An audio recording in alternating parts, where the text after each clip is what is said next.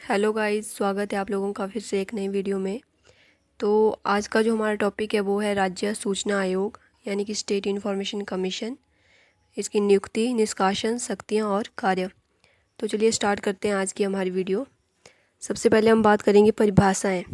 धारा 2K के अनुसार राज्य सूचना आयोग का तात्पर्य धारा 15 की उपधारा 1 के अंतर्गत गठित सूचना आयोग से है।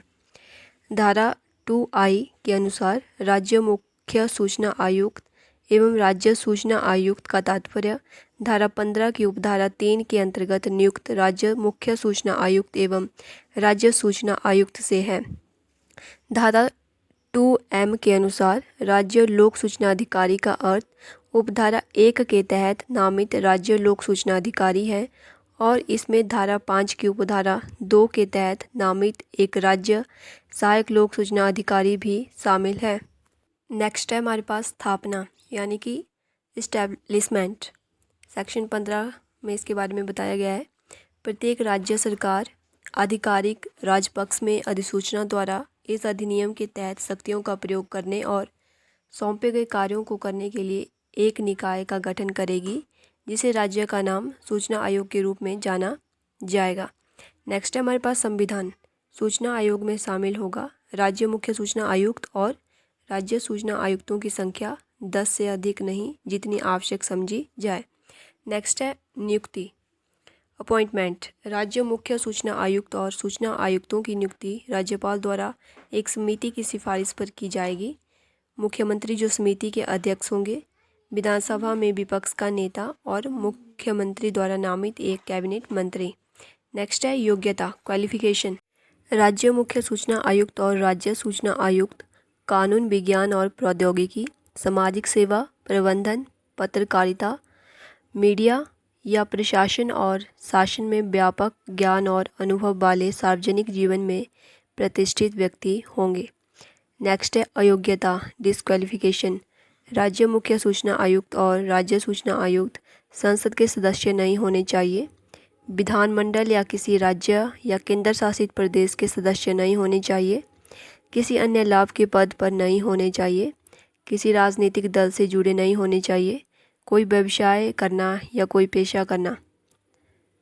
नेक्स्ट है मुख्यालय, हेडक्वार्टर्स। राज्य सूचना आयुक्त का मुख्यालय राज्यों में ऐसे स्थान पर होगा जिसे राज्य सरकार आधिकारिक राजपत्र में अधिसूचना द्वारा निर्दिष्ट कर सकती है और राज्य सूचना आयोग राज्य सरकार की पूर्व मंजूरी के साथ अन्य स्थानों पर कार्यालय स्थापित कर सकता है।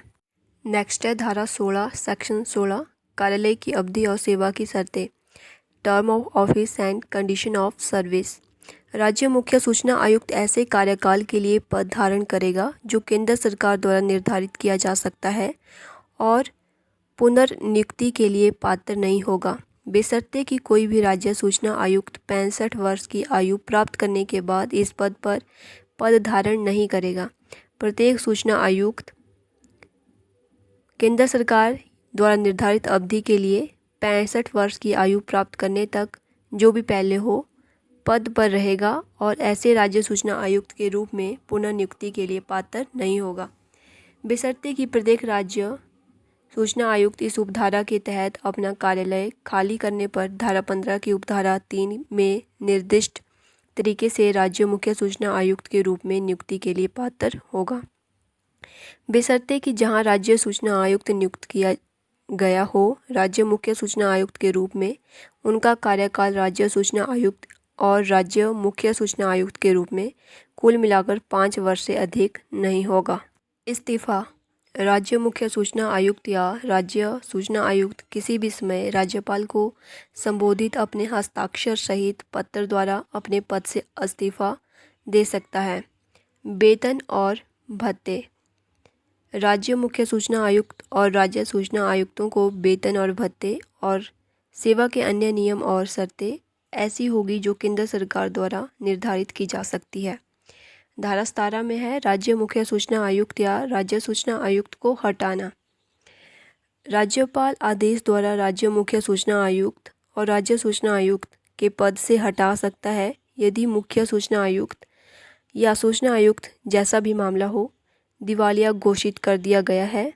ऐसे अपराध के लिए दोषी ठहराया गया हो जिसमें राज्यपाल की राय में नैतिक अधमता शामिल है। नेक्स्ट है, अपने कार्यकाल के दौरान बाहर किसी वैतनिक रोजगार में संलग्न है।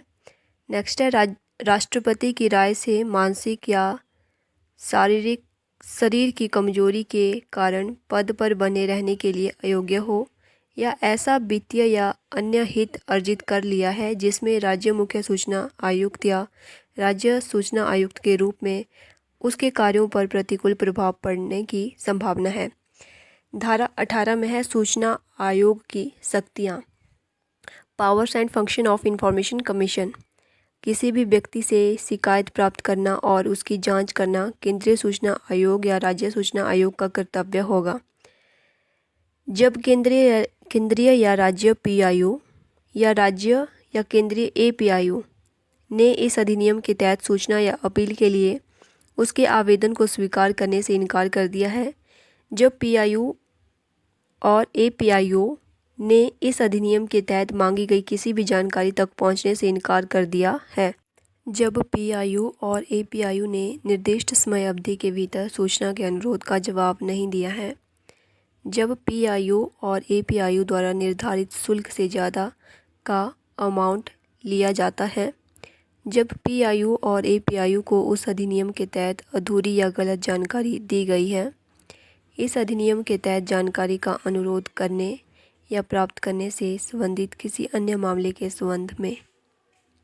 नेक्स्ट है, जहां केंद्रीय सूचना आयोग या राज्य सूचना आयोग इस बात से संतुष्ट है कि मामले की जांच के लिए उचित आधार है, तो वह उसके संबंध में जांच शुरू कर सकता है। नेक्स्ट है, केंद्रीय सूचना आयोग या राज्य सूचना आयोग के पास वही शक्तियाँ हैं जो सिविल प्रक्रिया सहित 1908 के तहत किसी मुकदमे की सुनवाई के समय सिविल अदालत में निहित है। तो आज के लिए बस इतना ही। आशा करती हूँ आप लोगों को वीडियो अच्छी लगी होगी। प्लीज़ वीडियो को लाइक कीजिए, शेयर कीजिए और साथ में कमेंट भी कीजिए कि आपको वीडियो कैसे लग रही है। Thank you so much.